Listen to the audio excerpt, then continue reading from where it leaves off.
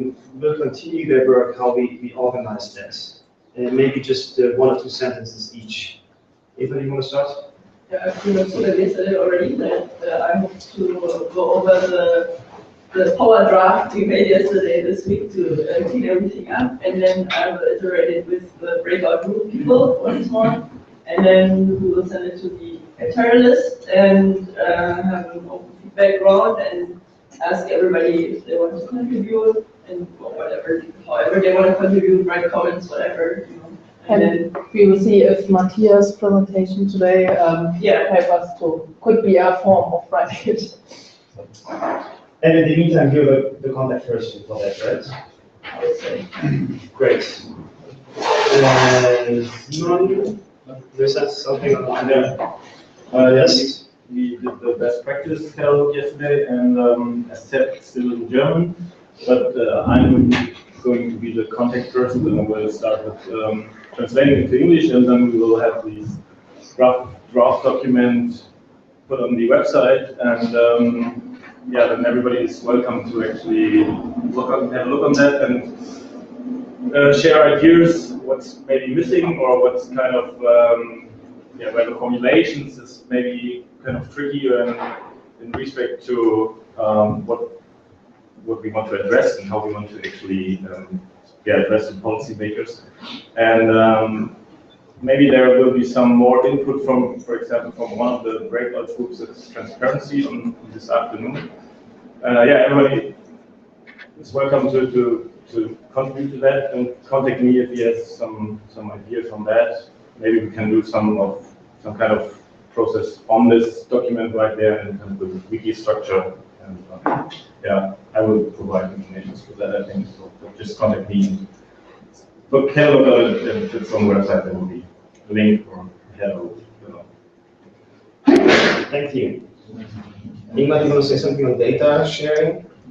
Yeah, so we haven't really defined next steps yet, but clearly defined that that's a challenge that we have.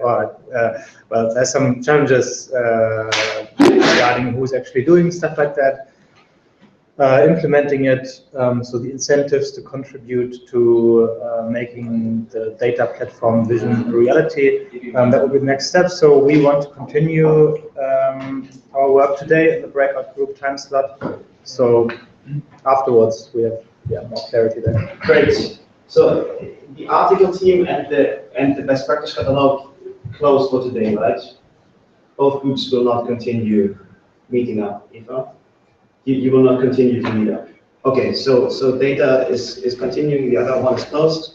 You want to say a word on weather data? Yeah, weather we will take our kind of results shortlist points and start a Wikipedia entry on that, providing a structure that it can be growing with information on weather-related topics, especially feed-in simulation of wind and PV.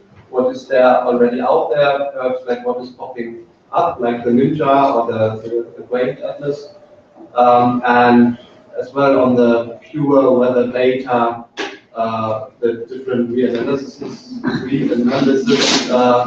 data sets, what are advantages and disadvantages, what we found out yesterday already, but I think that could be really kind of community project afterwards, and we'll just go for the first kickoff. Great. No work today on that. Great. Regarding I'd say. Perfect. Thank you. Thank all of you. I don't think I missed any book. In that case, I would pass over to sitting for the first presentation on modeling.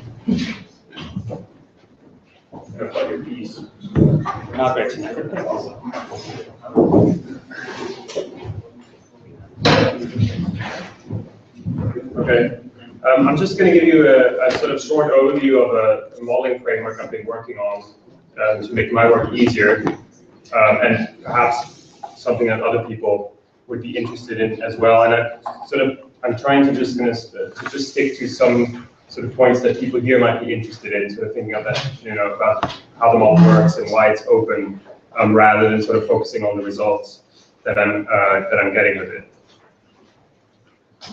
And just to make clear what I mean when I'm talking about energy systems modeling, I'm really talking about optimization models and kind of planning models. So if you think of a simple fantasy example, you have some demand, you have some technologies that can supply that demand, and you want to find what is an optimal mix of technologies. And of course, in this case here, if you have wind and PV, they fluctuate through time. You might have flexible demand, smart grid demand response, things like that, where it's important to have high resolution in space and in time.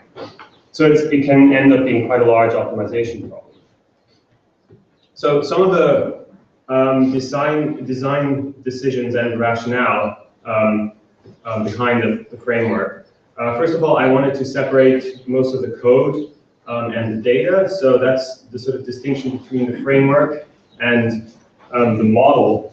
And to illustrate this a little bit, so basically, if you think back to this simple example, the data is really the definition of the model. So it's technology definitions, it's locations, it's costs, it's performance data, it's time series for resource potentials for wind, for solar, et cetera, et cetera, et cetera. All that is the input data, and that together is what I call the model. And then the framework comes in. So the framework takes all this stuff and sort of plugs it together and generates an optimization problem. And it solves that problem with a commercial solver. So that's actually the only part in here that's not open source, is the solver, because there's no good open source solver available right now. And then it goes back from the solver to the framework, which then generates graphs, tables, et cetera, et cetera. So it's kind of similar to in the times world, like times is not a model, it's a model generator.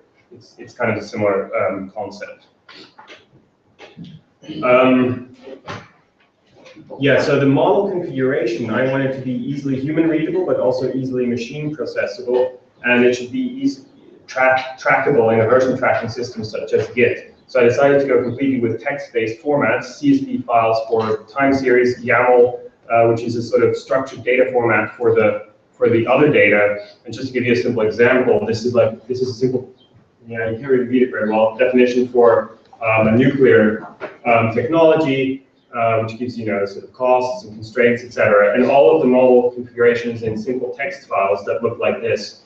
So it makes it very easy to track changes. But these things can also easily be generated by computer software based on, say, a database or something.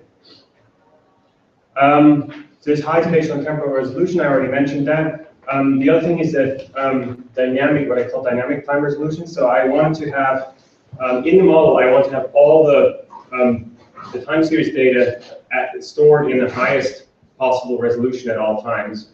And we talked yesterday about sort of picking representative days and how you do that. And what I want to have is I always want to have the highest possible resolution. So if I have 5 years of data for my PV and wind, I want the model to store those 5 years at hourly resolution or whatever it is that I have. And then it dynamically, in the model configuration, I then say, okay, I want to pick representative days according to this and this and this criterion. And when the model is generated, it does that dynamically. It dynamically says, okay, there's something interesting happening here, there's something interesting happening here. Therefore, these are the areas we're going to keep at high resolution. The other areas we're going to dynamically downsample to a lower resolution. So this is similar, but not quite the same as the picking representative days. And the reason why I want to do this dynamically is because, and this is the fourth point on my list here, is I have the ability to run in a hybrid planning and operational model. So basically, I can run a planning model first that decides on where the capacity should be built. And I can then go back and say, okay, this capacity has been built, and I'm now going to run this model in operational mode with the receiving horizon control algorithm to see how well it actually performs in practice. And in the planning mode, I want to reduce the resolution, the time resolution, because it won't be computationally tractable otherwise. However, when I go back and run it in operational mode, I want to have the full time resolution available. So that's why I want to have it stored there in the model at all times. Finally, it's also designed to run on high-performance clusters, so it makes it easy to do Monte Carlo analysis, sensitivity analysis, things like that. I can run thousands of copies of the same model with slightly changed parameters And then I have sort of code in place that will take those results back and analyze them. And I mentioned this, as many free and open components as possible, which is kind of a prerequisite to run on high performance environment where you can't easily install lots and lots and lots of commercial software. This is just one quick example of some results from a paper currently under review, where I looked at sort of abstract possible scenarios for the future UK power system. And in these figures, I'm sort of comparing various things: emissions,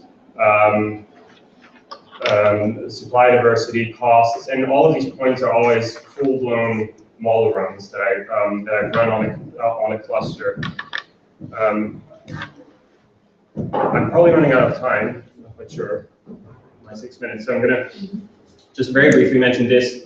I thought about this yesterday when people were talking about how do you go open source, and one of the things here is that the separation between model and data might make it easier in some sense.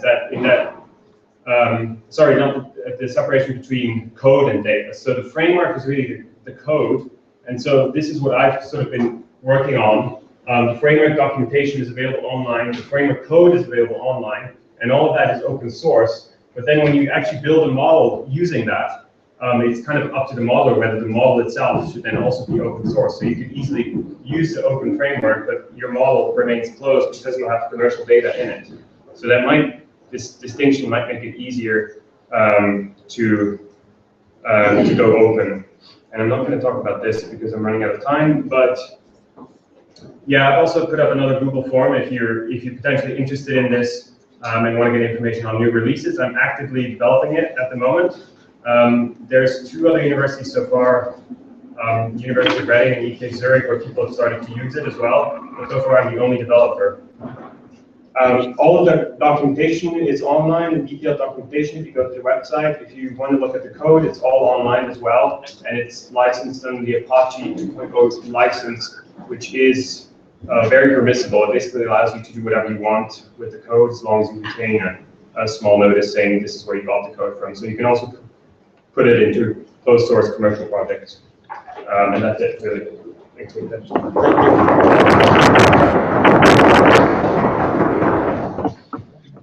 Is there immediate feedback or questions? Very brief on the separation between framework and model. I really like that. Did you come up with this, or did you copy this from other people? Well, like I said, I mean, it's kind of there in other models as well. Maybe I made it a bit more explicit.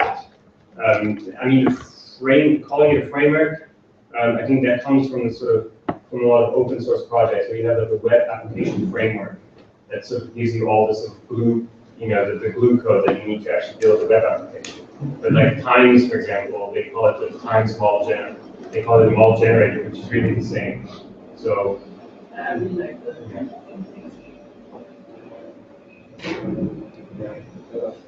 For example, the model constraints, are they also contained in the YAML files, or? Yeah, so you set up the constraints in the YAML files, and it sort of includes code that will build the constraints based on the constraint settings in the YAML files.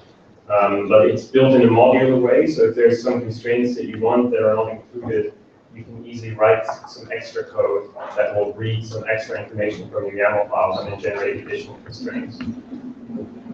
I was a little bit surprised that there's no open source market, only commercial ones. So there is one. There's, for example, there's the GNU, there's GLTK, GNU Linear Programming Kit. Yeah, I think there might be a Google one as well, but they're not. Once you get to models that might contain millions of variables and equations, which you can easily get to if you have very large models with lots of time resolution, they just don't perform very well. So, and the commercial ones, they usually have, the big commercial ones have academic licenses, so you can still use them for free. Yeah.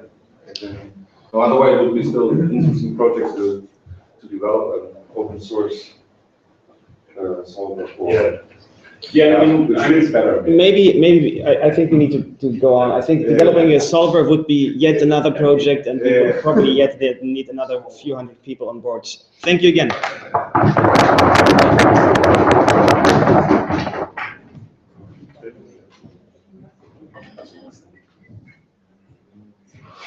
Just one question. In what programming language do you use for frameworks? Oh yeah, it's Python. Yeah, so now we're starting with the similarities. We also initiated a framework. It's also a framework. It's also written in Python. And yeah, I will focus more on the community thing because we started with the purpose of creating a model, creating an energy system model that fits for different research fields. And okay, we all know that we talked a lot about what's the problem with closed source models or barely documented source code. Maybe it's open, but nobody can use it because it's not documented or something like this. Nobody will. It's faster to write yourself than understand the old model.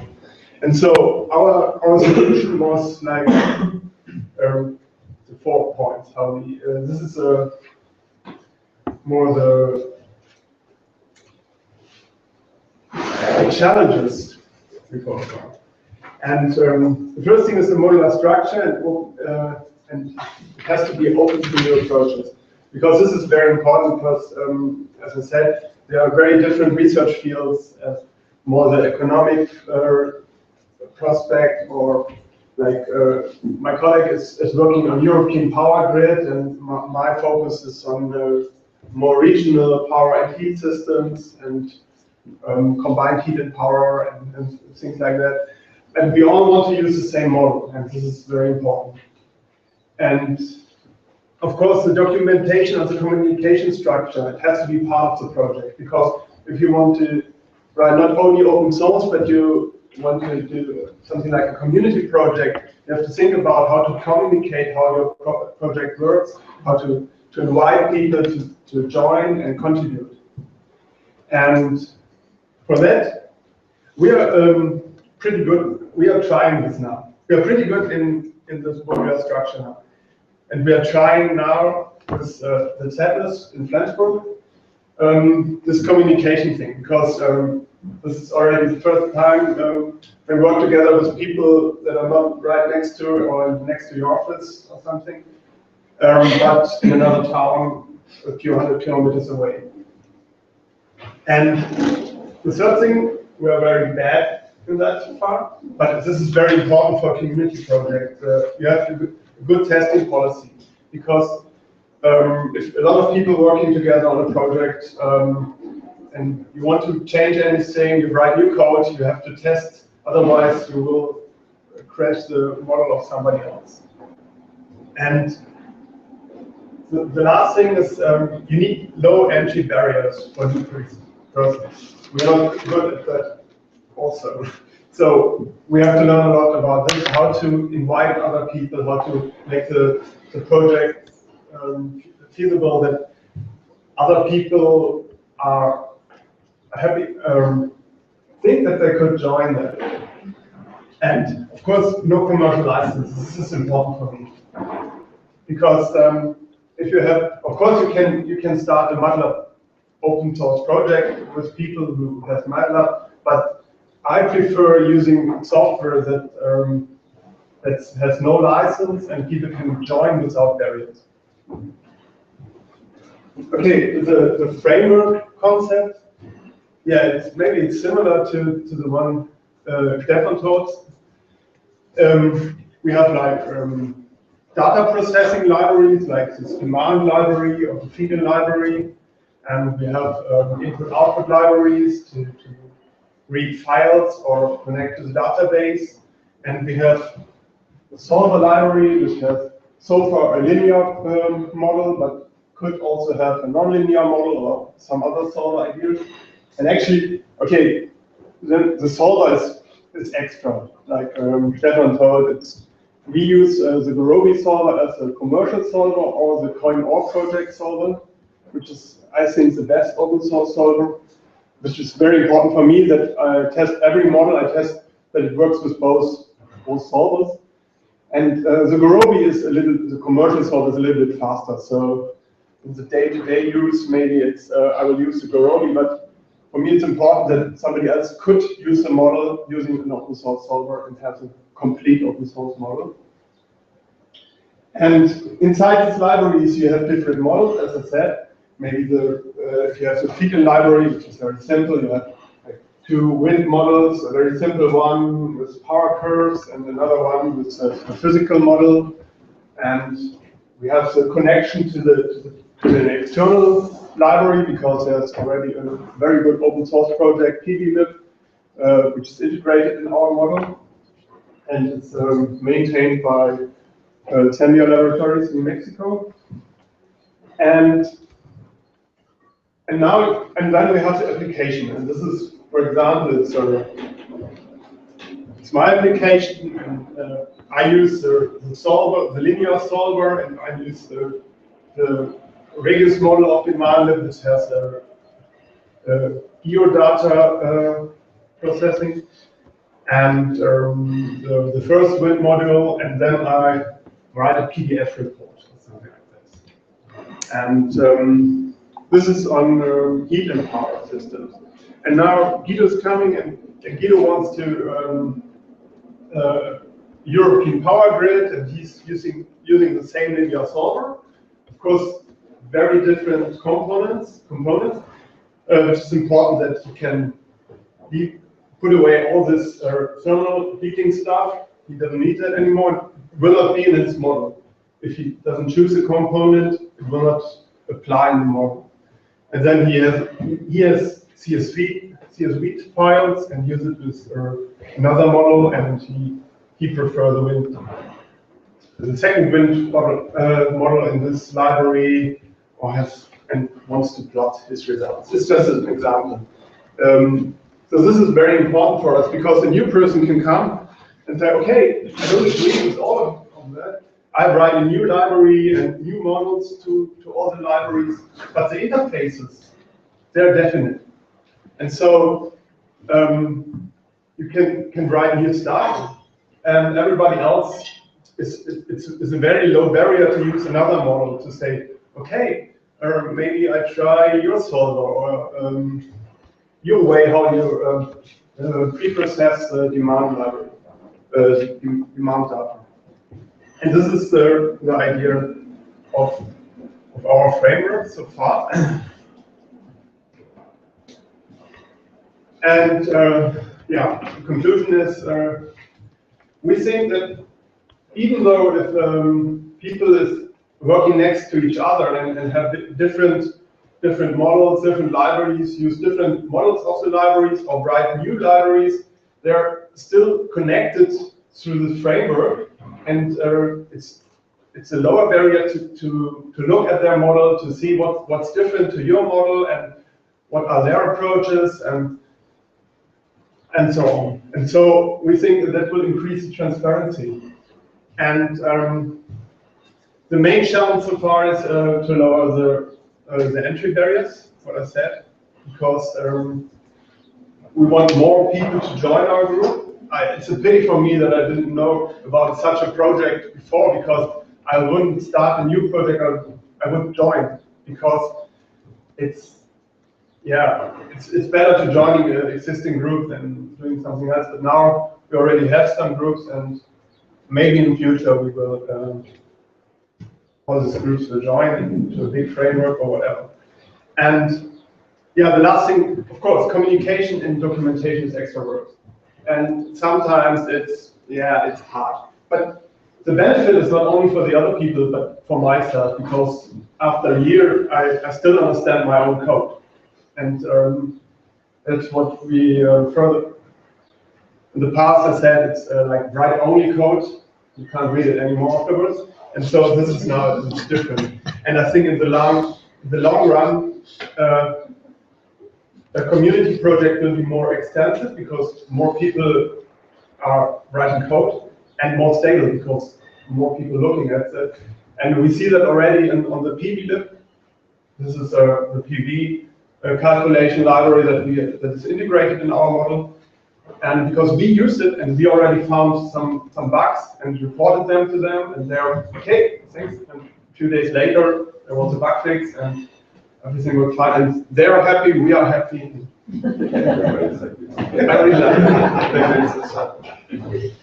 That's all. Yeah, this is some information about the model you find on the web page, and this is for those who model in Python. This is NFPy modeling. This is where we just published some ideas.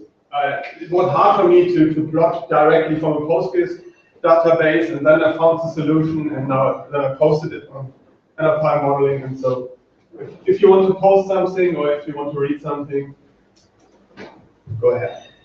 John. Thank you.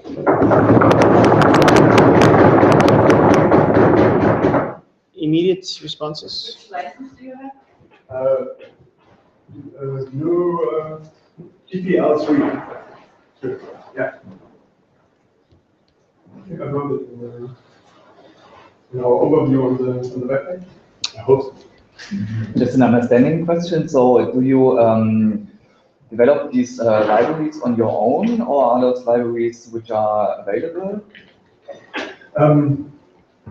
Okay, we integrated some libraries that we found, but this is more the surrounding, not the core of the framework. This is like the pvlib, and to write a report, we integrated the PyLaTeX library. This is other open source libraries, but the rest, no, we on ourselves coded, developed.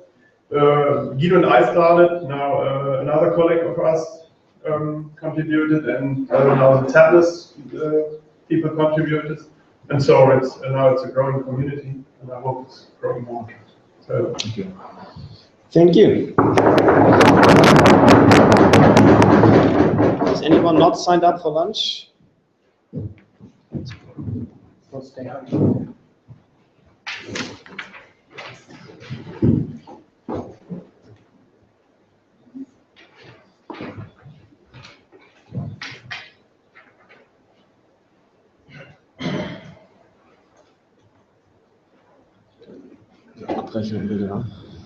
Okay, so my talk is going to be a little bit different. I'm still going to talk about our open source release of our new whole energy system model UK Times. But as we're doing this heavily together with the Department of Energy and Climate Change in the UK, I'm especially going to talk about this kind of collaboration, research, and policy for policy making. So just to give you a quick overview of the model I'm talking about, it's a typical integrated energy system model. It is based on the TIMES framework, which probably most of you are familiar with. So again, we have this differentiation between the framework or the code and the actual model application. The code was developed by ETSA, which is an implementing agreement of the International Energy Agency, and is used all over the world to build national or global or regional energy system models.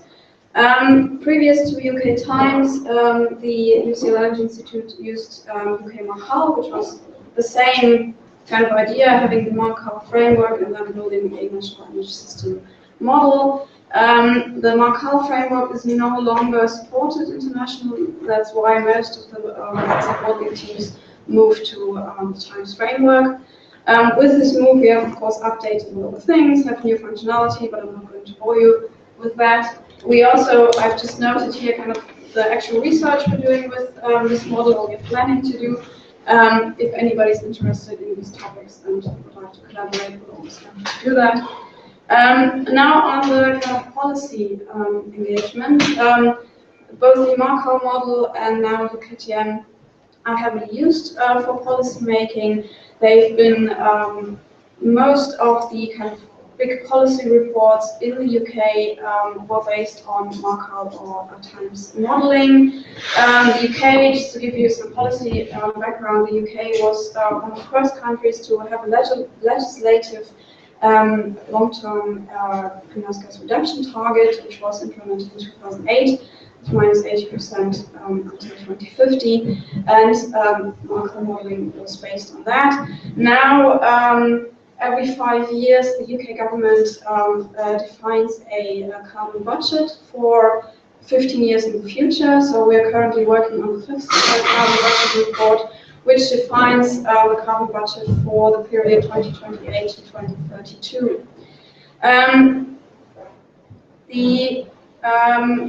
What also needs to be said is DEC themselves are very heavily modeling focused. They have their own modeling team, they have their own models actually. They have their own dispatch model, national household model, lots of different smaller models. And they're actually training people, or have trained people, to use the Times modeling framework. Now, again, to give you some background, why we're actually going open source, or why the UK government is pushing in the direction of open source modeling. There was a bit of a fiasco a couple of years back. As you know, most of previously public services in the UK are privatized, thanks to Thatcher, as are, for example, the railways. And so there was a tender a few years back for a certain railway line, and there were, of course, several competitors, and the government gave, of course, gave the tender to the cheapest one, and then Virgin Trains went to court saying that this bid was absolutely not correct, and it turned out it was absolute nonsense, and the figures were absolutely wrong. And so in the end, Virgin Train got the bid, and several government officials were fired. It cost the government a lot of money. And this then, they have a very strong focus on model integrity, as they call it. There is a big team in the Department of Energy and Climate Change to do nothing else but QA of existing and new models. And they kind of were looking for a new model to base their carbon budget reports on, and they approached us and knew that we were building this new model, and asked us, okay, so if you want to be the kind of leading modeling team for policy, would you go open source with the model? I have to admit that me including, and many of us were very skeptical, because you work on such a model for 2, some of my colleagues even for 3 years. It's a lot of work, it's a very big model, very data intensive. And then you just give it away, and of course other universities, other consultancies will be major competitors. Then how does the whole process work? We have currently a long-term contract with DEC, where we had a lot of workshops, training people in DEC, looking at the different sectors, what assumptions we use, what structure we have. Apart from DEC, we want to kind of build up a user group, which will really be collaborative, so we don't just want to give the model away and then never talk to the people who are using it ever again. We're trying to build a really active user group. And with this user group, perhaps I should say, who's included in the user group at the moment, we have 2 government departments, so the Department of Energy and Climate Change and the Committee for Climate Change, which is an advisory body. We have several universities, so us, Imperial College, and Brunel University are included, and then a number of consultancies are also in this active user group. We have released the first model version, which we call the silver version, to them last year. We're currently trying to get to the so-called gold standard version of UKTM, so the one that will be openly released to everyone. But we are currently very much held back by DEC, who still haven't decided on what assumptions they actually want to have in the model. They, of course, and this is kind of what's the main work, they of course want to have all of their assumptions in the model if they're going to use it for this carbon budget report. And the other thing that is holding us back at the moment a bit is the quality assurance process that DEC are trying to implement. As I said, they have this strong model and integrity team there, and they have developed standards which work very well for smaller models. So we're always getting compared to this DEC calculator, which was mentioned yesterday, which is a one spreadsheet model, which you can, of course, quality assure very easily. Part of, just to give you an example, part of the quality assurance process, for example, is a full formula audit. So they want to look at every link, every formula in the different Excel sheets of the model, which you can do with a small model. They started to do that with UKTM, and then found out that, for example, in the transport sector alone, there are more than 6,000 formulas. So if you're going to look at every formula, it's going to take a very, very long time. So we still don't know when the golden piece is going to be. Our function then will only become gatekeeping. So we're going to have the core version, and we distribute it to user group of people outside of the active user group. And every 6 months, the idea is that people report back to us, and it is decided which new developments the different teams have done will be put in the core version. We're a little bit low on time. Oh, sorry, yeah, I'm trying to speed up a bit. So I think I can jump over that a lot. We've talked about that. Why do we want to do open source? Replicability, transparency, blah, blah, blah, all these things. To be honest, I really want to be honest with you. For us, it was also a lot kind of impact issue. I mean, we are now the main modeling team for UK energy climate policy making, and of course that sounds very, very nice. It's much easier to get research money when you can say we are the main modeling team for DEC, and so all of these other stuff is of course very important, but that's the main advantage, I would say. To challenges, which is much more interesting. Who's the final control of the model? As I said, we want to decide every kind of 6 months what goes into the model, but of course DEC, if they want to use it for policy, they want to have their assumptions in there. We're still trying to work that out. The initial idea was every group gets 1 vote, and we vote every 6 months, which is very time intensive. And in the beginning, it was only us and DEC in the user group, so who gets the final vote is really, really difficult. We're spending, as I said, an awful lot of time on QA and documentation, communication with different government officials. Then the question is, what will we actually distribute? Just to give you some background. So everything, the model is written in GUMS, but there are input and output softwares which process the Excel sheets, which actually you see as a user, everything is in Excel. And there are input sheets which the model actually reads. And then we have an Excel backing spreadsheet where the actual data is contained. And the question is, are you going to share only the stuff that the model actually sees, or are you going to share everything, so also the backing spreadsheet data? These are loads and loads of Excel files. It's a lot of data and quite difficult to get into. So we are thinking about only distributing everything to the active user group, and then have a light version online, which everybody can get.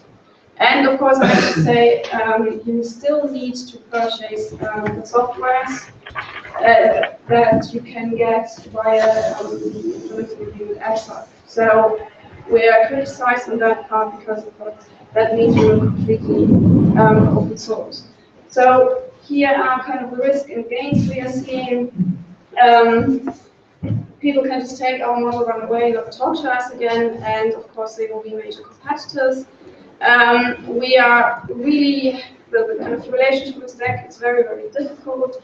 What we kind of see is that we end up with different model versions. So there will be a model version that contains all of the DEC assumptions, which in many cases we're not really happy with.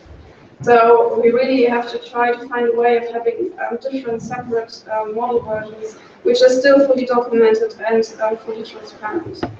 And of course, the hope is that we can kind of get this active user group, which will report back to us, and improve the modeling framework, and hopefully get other people to open the models as well if they want to come up with a policy process.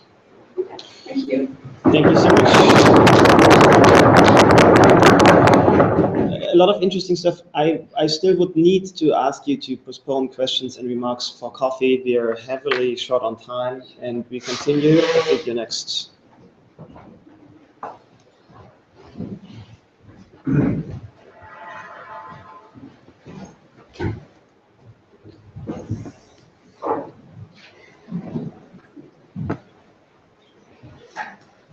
So we have 40 minutes for 4 more presentations.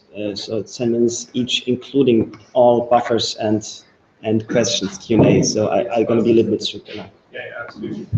Yeah, so I'd just like to say a bit about Osmosis. We used to say Osmosis, the open source energy modeling system, but now we've changed it to Osmosis, an open source energy modeling system.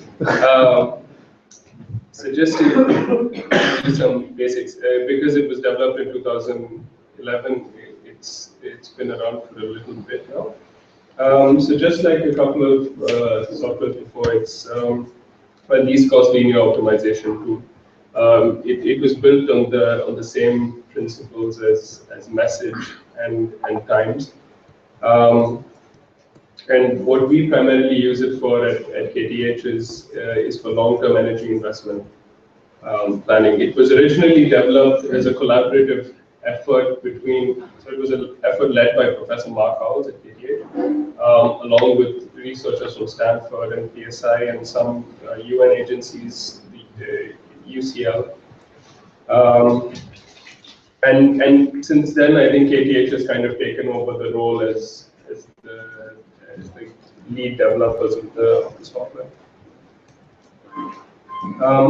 So right from the outset of Osmosis, it was developed to have 3 levels of abstraction, and I think this really helps in the development of the code. So the 3 levels of abstraction was to explain every constraint or every aspect of the code first as a plain English description. So just saying that the supply must always meet the demand, and converting that into a mathematical formulation, and then after that implementing it into the programming language itself. And while this sounds very straightforward and is probably the natural way to do it, I think just saying it explicitly it helps the process, especially for our master thesis students when we show them that this is the natural process to add their own modules of functionality to Osmosis. It seems to help. So Osmosis is written in GNU MathProc, which is part of the GNU linear programming kit. And we prefer to use GLP-Sol as far as we can, but we've also we've used Cplex for our larger models. So now we kind of have the seamless integration with Cplex. Yeah. This is just an example of how the code's written, and it's just to illustrate how it's really quite readable. It's each parameter and variable has been written in a way that just by looking at the name, you already know what it should mean. Yeah, we can go over this in detail later as well. One key aspect of, I think, any open source software, and this ties in quite a lot with the discussion on the target audience, because I think other energy systems modelers will take the effort to really get into the code and work on a text file and use that for modeling. But for most other people who like to do some modeling, but it's not their main focus, an interface is really quite important, and we've tried a lot of approaches to interfaces. I don't know what the good analogy would be. I don't know, like maybe wedding dresses. There's nothing really. So we've tried a lot of them, and we used to use answer osmosis, which worked quite well, but there was the base. It came down to the fact that answer couldn't be given as a free interface, because it would directly compete with answer times, which didn't make sense for the developer. So, like it was mentioned earlier, we tried to keep as many components of Osmosis free and open source. So now we're developing an Excel interface, which obviously has the limitations that Excel has. Our ultimate goal is to have a browser-based interface with the database in the backend. So browser-based, but still, I mean, without requiring an internet connection, just browser-based. Originally, Osmosis used Leap as which is not exactly an interface. So if you know Leap, it's a simulation software, but it has an optimization function, and Osmosis carries out this optimization function in the background. So you could also use Leap as an interface for Osmosis. The people who are really hardcore programmers and who want to look like they're on the matrix work directly on the text file. We also use Gusek, which, if anyone's working with Mathwork, Gusek works quite well to just run your code. Yeah, so this just to show you a bit of ongoing work. So this was just a search on Google Scholar yesterday. Like there was a discussion yesterday, Osmosis has become kind of larger than our group. There was a case of someone from Lithuania getting in touch with us after they had already defended their thesis that was based on Osmosis. And throughout the time that they were working on their thesis, they never got in touch with us. And on the other hand, there are people who are at our division and working with us on Osmosis and still take a long time to really get into the code. So it's hard to know what exactly the features are that reduce this barrier to entry. But I would say that the main features would be this modularity, so that people can add their function, their own equations and their own constraints quite easily. And of course, a good interface would make a big difference. And so this is where you can find more information about Osmosis.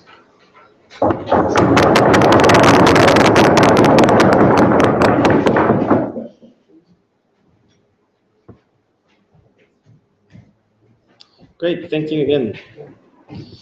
Yeah. Yeah.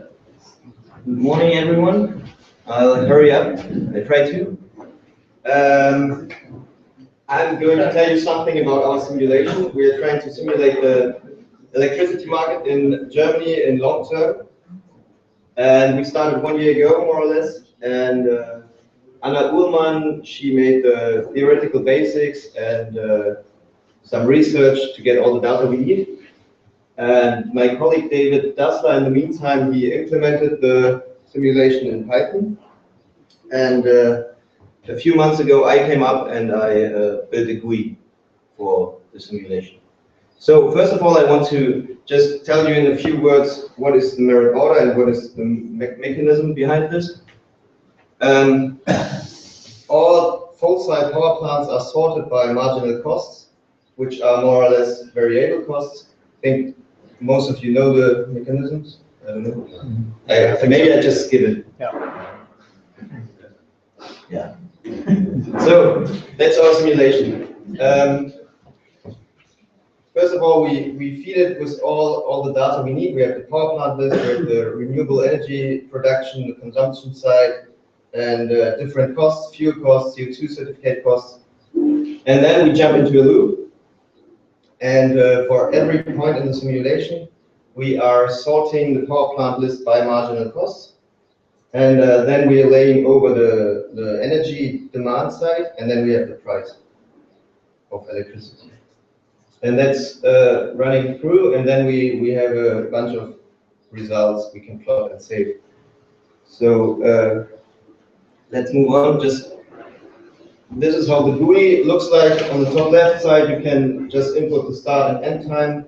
Then on the top right side, you have you can choose your interval. You can choose 15 minutes or 1 day or whatever. And then we are always calculating in scenarios. So we have scenario inputs, the power plant list and the prices and stuff. And you have to put in CSV files. you have to create manually. Then on the right side, you see a plot menu. You can plot different stuff. You can plot the tariff. You can plot power produced by power plant type and costs, profits, turnover. And additionally, you can also just save the whole data, and even for each power plant. So I just show you some examples, two examples. Here we see the electricity price for January in 2013. And additionally, we see for every moment the price setting power plant type. So what we see is at night, mostly stone coal is setting the price, and during the day, we have natural gas power plants setting the price. So another example, this was done with Excel, so not with the GUI. Here we have two cases, one case without renewable energies and one case with renewable energies. What we see is how the renewable energies are pushing in the market and which fossil energies are pushed back. So here we see that stone coal is reduced, the amount of power which is produced by stone coal, and especially natural gas. Okay, then a quick outlook, what's happening next. We have till now no fundings for our project, so we're looking for fundings. We are working together with the university in Halle for to look what we can do with our simulation. We want to implement import and export, which should not be too hard. My task will be for the next 6 months to validate our simulation in my master's thesis. And then afterwards, we want to generate some scenarios with different inputs. And of course, we want to talk about it and show what we did. That's it. Thank you. Quick question, to what degree is it open source, or? We want to make it open. Sorry? You didn't mention any of this. It's written in Python. We want to share it. And yeah. But you haven't done it yet. No. But it's planned from the outside. For future.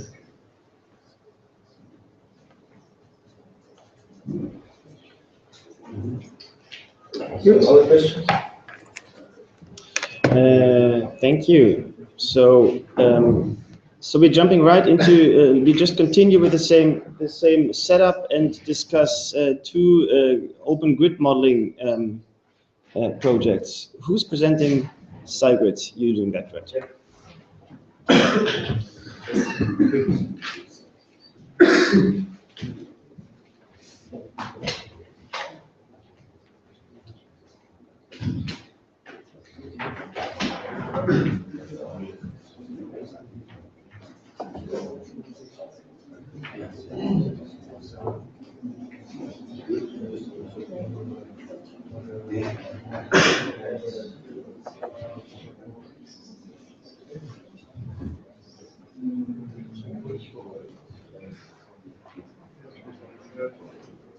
Okay, so I will give you an update of Sigrid.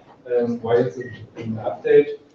Because at the first workshop here at the openmod-initiative, so David Kleinans already talked about the aims and the project, which started last year in October. And David unfortunately could not be here because of fever, so but maybe he's watching if the live stream is working. So maybe hello, David.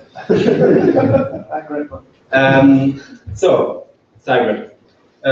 Basically, we are using primary open data, processing them, and the result is secondary open data. And the methods, they will be open source as well. So just a brief summary of the aims. So at the beginning, we are trying to build an open network of the transmission lines in Europe. We start so with Germany. And yeah, then we also want to validate this model as far as we can. And yeah, that's more or less in the short term.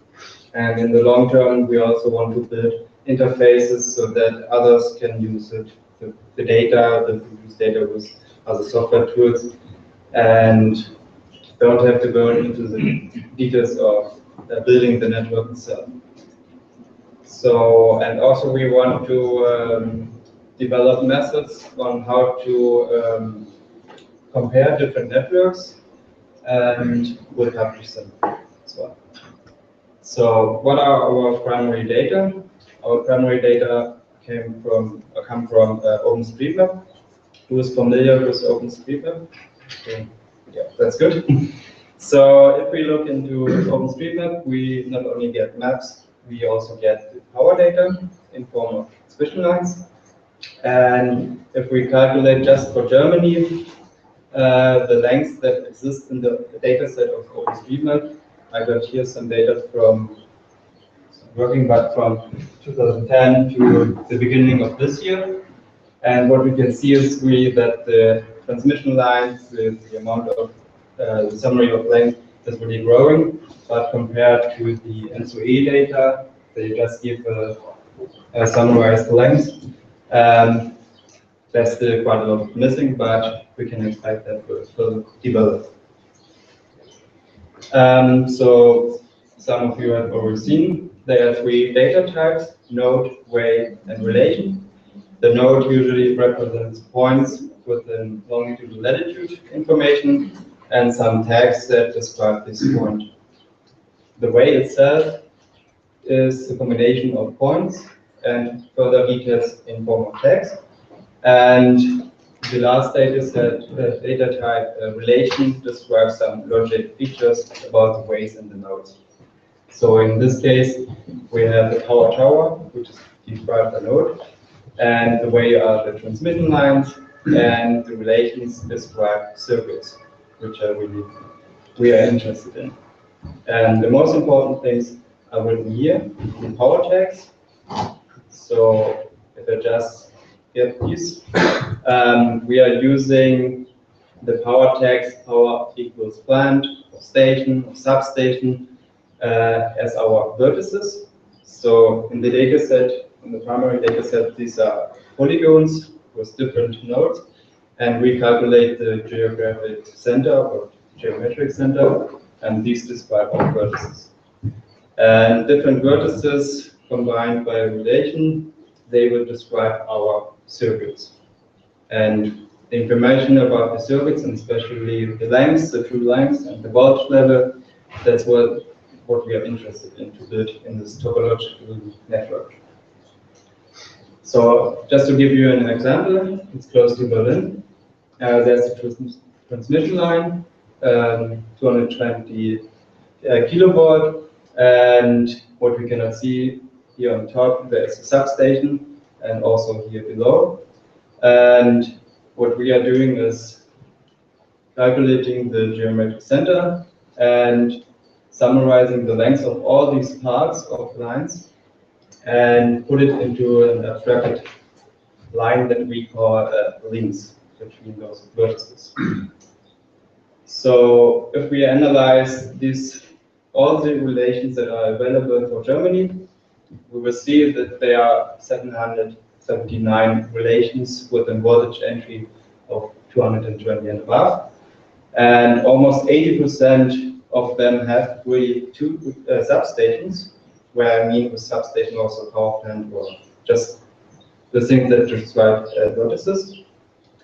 And for these relations, it's quite simple to abstract them. But how to handle relations that have more points? So how to describe them in a topological network? That's something that we still have to think of. And also there are some relations which are known that have to be fixed, and also some that are in planning or under construction. So we can expect that in future these relations will be added to the OpenStreetMap data, and since we are using methods that automatically create this topological network, we will add this additional information. So what is the whole process about?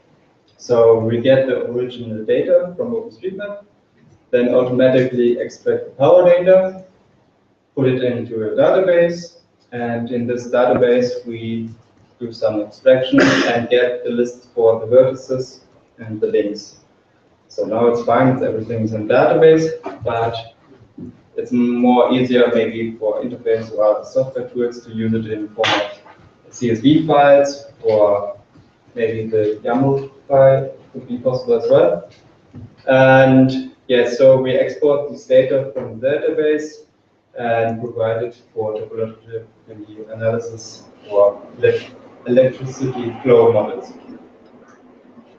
So to give you an outlook, our first release will be at the end of April and will be available as a zip file on cybrid.de.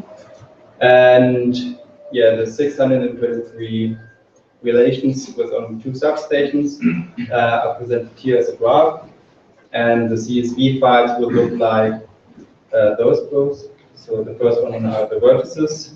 We got the information about the ID, which is given by OpenStreetMap, and belonging to the latitude information. And the second list, the vertices, they will contain the actual length and the voltage level of those lines. So these lists can be used, and in the second talk of this section, Ulf will show you how it maybe can be used. So thank you.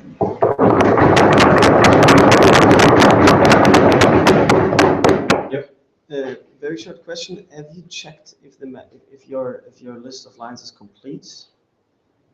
Do you mean if all of the lines? If you go back to the map, yeah. My impression is that there's no back to the second map.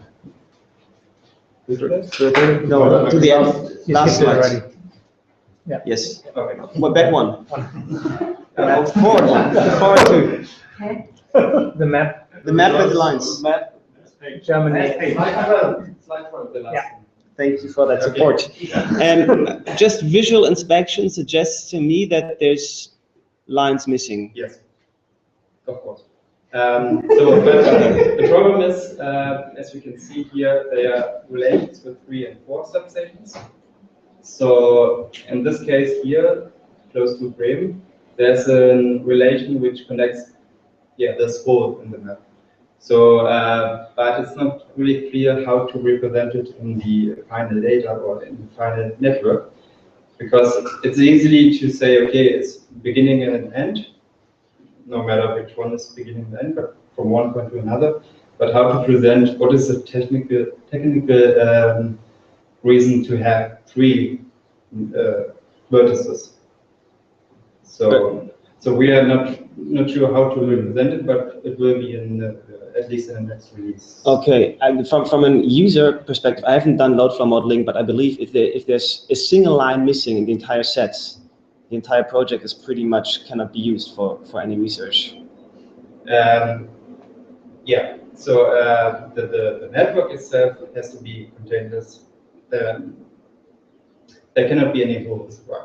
Okay. So also here's another point where we still have to work with, but yeah, that's really, it's not complete, but we are working on it, and yeah, that's for sure that we will fix this whole. Yeah. So for Germany, I guess since you're from here, you have some pretty good ideas what's missing. But if you do this for all of Europe, how do you know if a power line is missing? I don't know, Greece or something like that, something far away. Yeah. Anything to baseline against that? Yeah, what I have to say, we can only be as good as OSM. So, but the idea is, okay, we do it automatically. So whenever in the future there's a new update for OpenStreetMap, which is every 7 days, and you can include the data, and the network should grow. So it will not be perfect now, but maybe in future. And yeah, and also I was talking with one mapper, and he, maybe there's some initiative to even further close this vault in the network. Yeah. You just said that you only as good as OSM is, but are you doing also some, I don't know, looking at NCE maps and doing some back checking before you at least publish the data which is already there? Or yeah, we will do, but unfortunately we cannot add. We will validate the information that we get out of OpenStreetMap. But since the data set of NSOE is closed, so we cannot easily, we cannot just move it into the model, but we want to inform how to, how complete the data is. You should ask the Hirschhaus group on Clemens, who was here yesterday, because they are continuously transferring the map to GIS data by means of students. And they're actually doing it the old school way. And maybe for validation purposes, they can share it with you, then you don't have to go through this whole hassle. Yeah, that would be perfect. You should really ask them. Yeah. Maps also covering that. They're doing it with every new map. They're taking out their rulers. When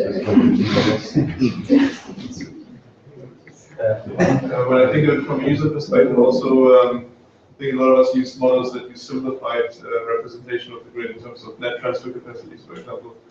Now you see here, you just show the voltage level. Will you also be able to give users as an input for the model maybe the net transfer capacities between different regions? So will there be I think this would be an added value over the SOE data or the FNN map or VDE map.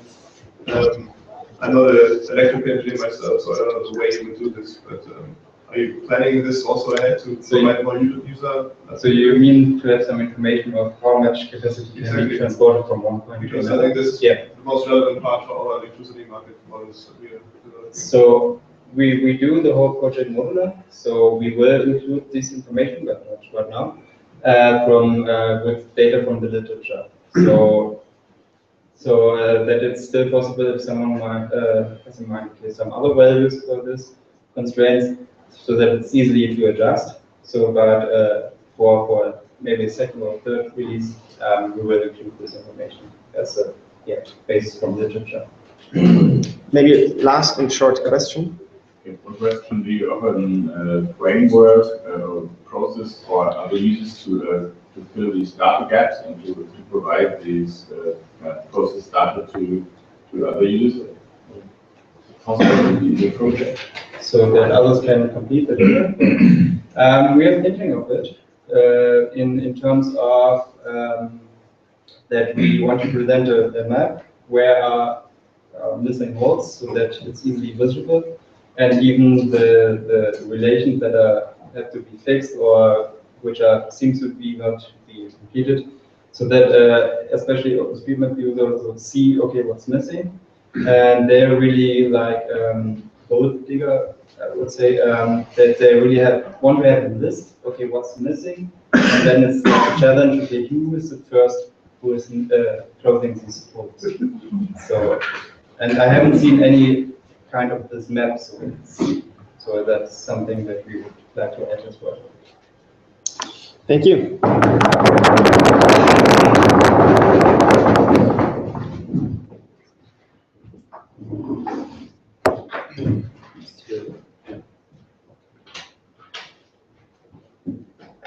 So T-minus 10 minutes for coffee. I think I can handle that. If anyone wants to use it, just leave it here. Thanks.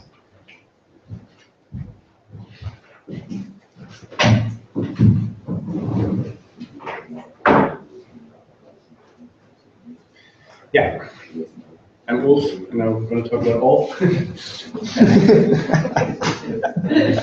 We just heard about all the data problems and the data work.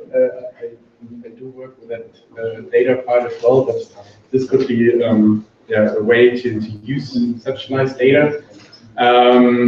OpenLoadFlow is pretty basic load flow calculation tool for AC load flow calculation. And I would just tell you a bit about the motivation why we developed it. Give a quick introduction, just like on the user side, how you could use it.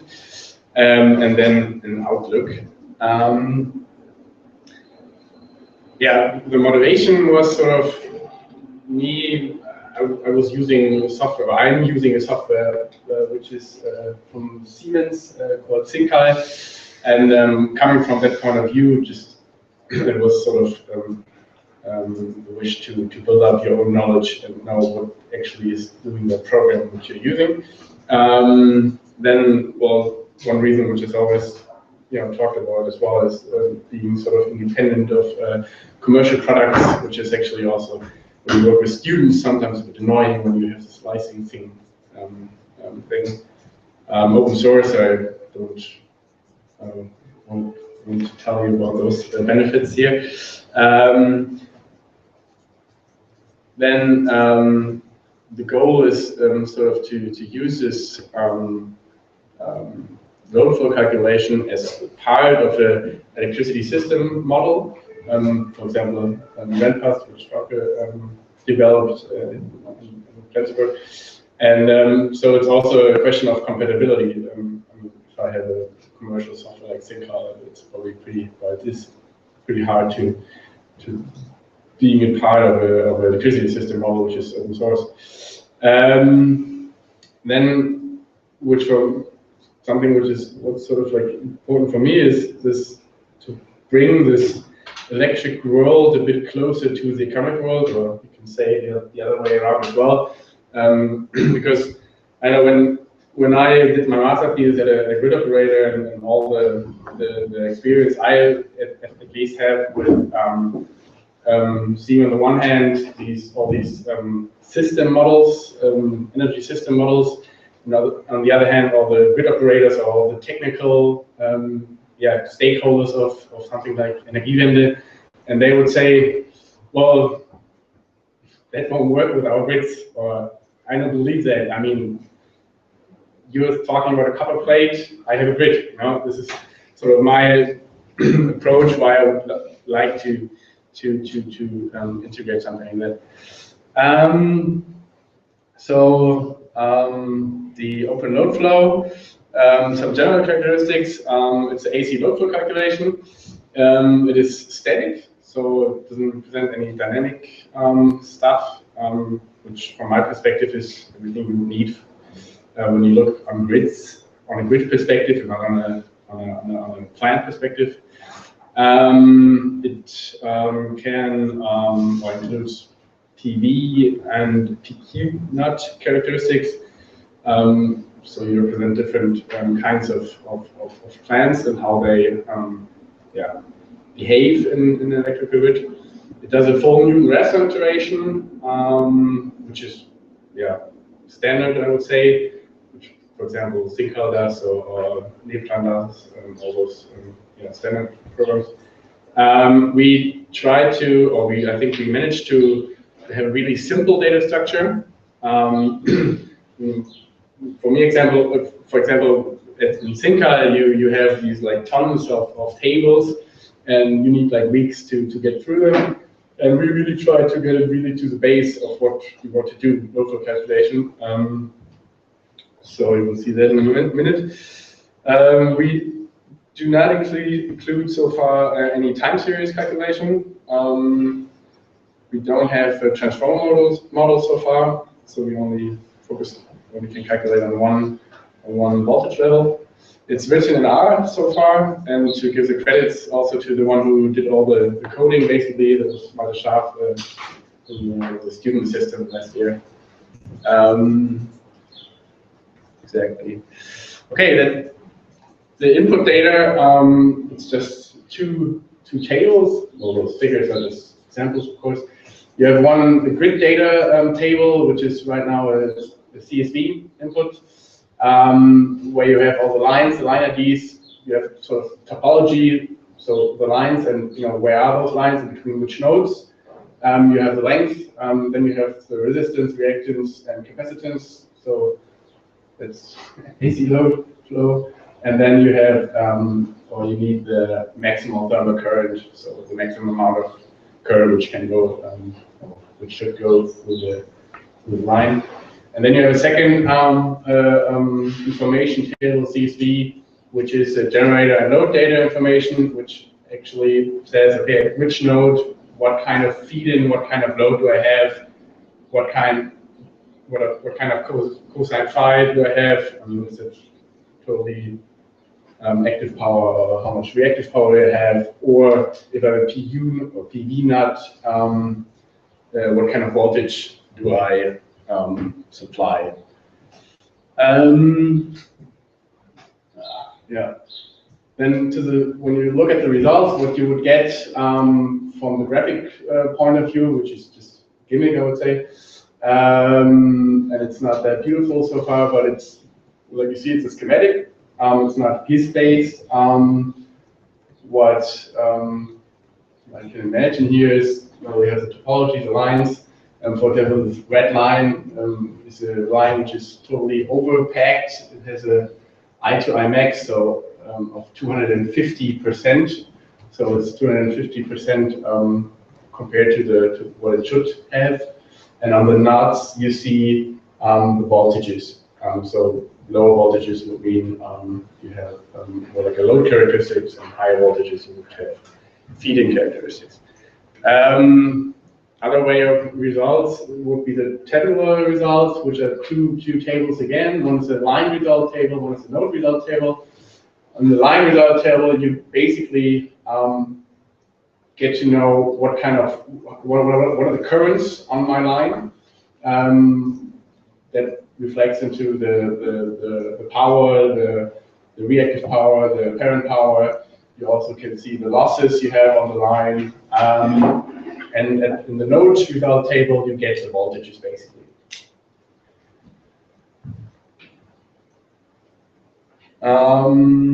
Yeah, now some outlook. Of course, at a micro and a macro outlook. First, for the micro outlook, which is still, I mean, I said we did it last summer, and it's still not published. That's why I'm also was in the article group, because this whole license thing still is, I don't know, I'm not comfortable with it, just because I don't know about everything which I have to keep in mind. So this is still up to. Anyways, if anyone is interested in using it or further developing this tool, surely you can contact me. Now the central question for me is whether, yeah, we will do some further developing in that tool, or use another load flow calculation that would be open source, where I'm not sure if those tools actually fit to what we want to do. But when I started that, I didn't have the full overview of all the tools out there, and I probably still don't have. But yeah, working on, I figured out there is some stuff out there, but so that's one question, to figure out whether to leave it or to further develop it. If we will further develop it, definitely there has to be a time series functionality, transformer model, some time. Would be planned to translate it, let's say, to Python, since everyone is doing Python, and it would probably be easier for the other models at the institute and other institutes to sort of integrate it and use some advantages from that side. And of course, what I said at the beginning, this goal of sort of like bringing this electricity market model more like in touch with the physics in the grid. They still has to be some sort of interface. For the market, you're approaching 10:30. So I'm over time already. Oh, you want to hear about the macro outlook still? That's the last slide, actually. You decide, of course. Yeah. Well, just very quickly on the macro side, we just trying to get money for a project called OpenEgo, and EGO stands for electricity grid optimization. And and this part, which will be the voltage level load flow calculations, or the voltage load flow calculations across the whole grid, so all the different voltage levels. And that bluish bubble, there would be, or there could be all inside, and surely we would stick it to the market simulation, and then on top of it, we want to optimize different flexibility options, especially on storage and bridge. Exactly, and this whole thing is going to be, if it all works out, on open source and open data, and this whole platform thing, which also was UMOF, and we heard a lot about that, would be there as well, to also being able to add additional modules, like, for example, a heat module or whatever. So that's just quickly and questions, and thank you.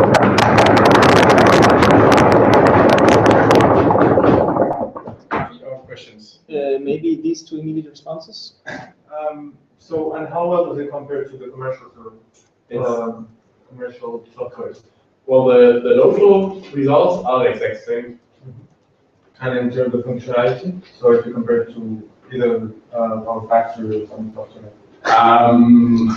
Well, the functionality is definitely a lot bigger in those commercial software. It really does only the core, and it only does static node flow calculation. And you get the same results, but you don't have a nice schematic where you can draw a line, right? And you also, can't do other stuff like, so far, I don't know, short circuit currents you can get. You don't have a short circuit analyzer, which we would have standardly on a commercial system. But then, I mean, the base works the same, but let's say on the user side a bit more basic.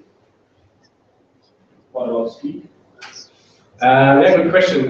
So far, the grids, which were like in a range of like medium voltage grids, there was no problem. It was like less than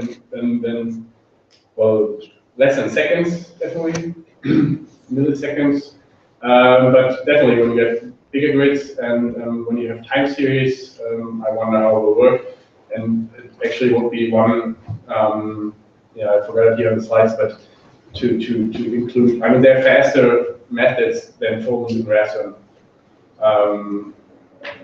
and that would be a way of maybe then speeding it up. So far we're having this problem. Just short question, which input data are you using? You had this one table with the AC data. Yeah.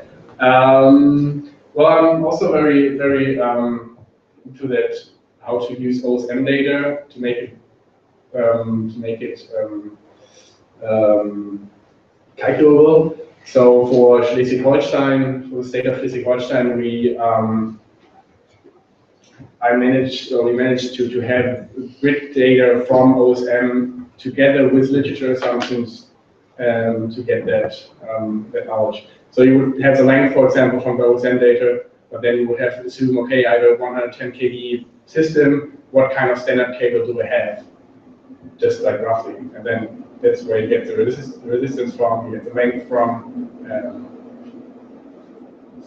So it is also the goal to use open data, which is pretty tough on that one. The data part is actually heavier, I would say. Thanks.